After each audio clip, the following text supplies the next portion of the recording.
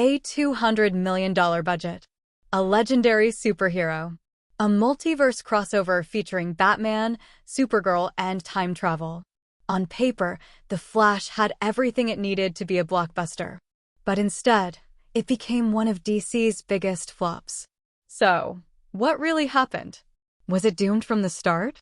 Or did audiences just misunderstand it? Let's break it down. Welcome to the spoiler zone, where we uncover what really went wrong with movies and series. When Warner Brothers announced The Flash, fans were hyped.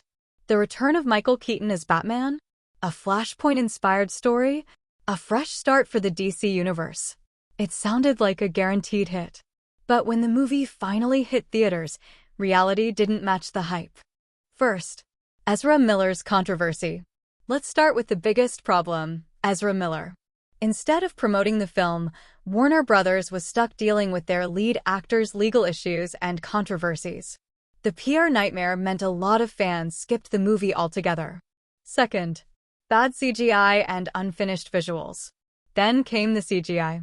Some scenes looked rushed, while others felt straight up unfinished. The excuse? It was intentional. The audience's reaction? Yeah, right. Third, the DCEU was already dead. Another big problem? This movie didn't matter. By the time The Flash was released, James Gunn had already announced a full reboot of the DC universe.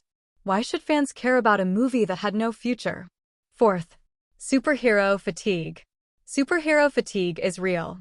Marvel and DC have been pumping out movies nonstop, and audiences just weren't as excited anymore. The Flash was supposed to bring them back, but instead, it pushed them further away. Fifth, messy marketing and studio changes. And then there's the marketing. Was this a Flash movie? A Batman nostalgia trip? A multiverse crossover? Even Warner Brothers didn't seem to know. Add in multiple rewrites and a constantly changing ending, and the result was a movie that lacked direction.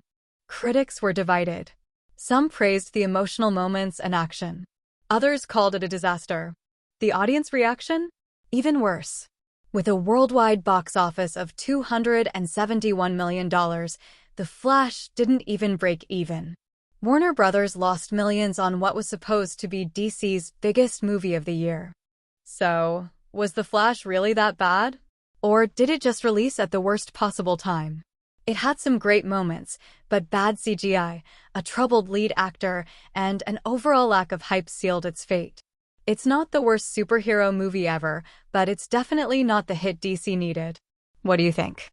Did The Flash deserve better, or was it always doomed? Let's discuss in the comments. And if you love deep dives into movies and series, hit that subscribe button, because here at the Spoiler Zone, we break down everything Hollywood doesn't want you to know.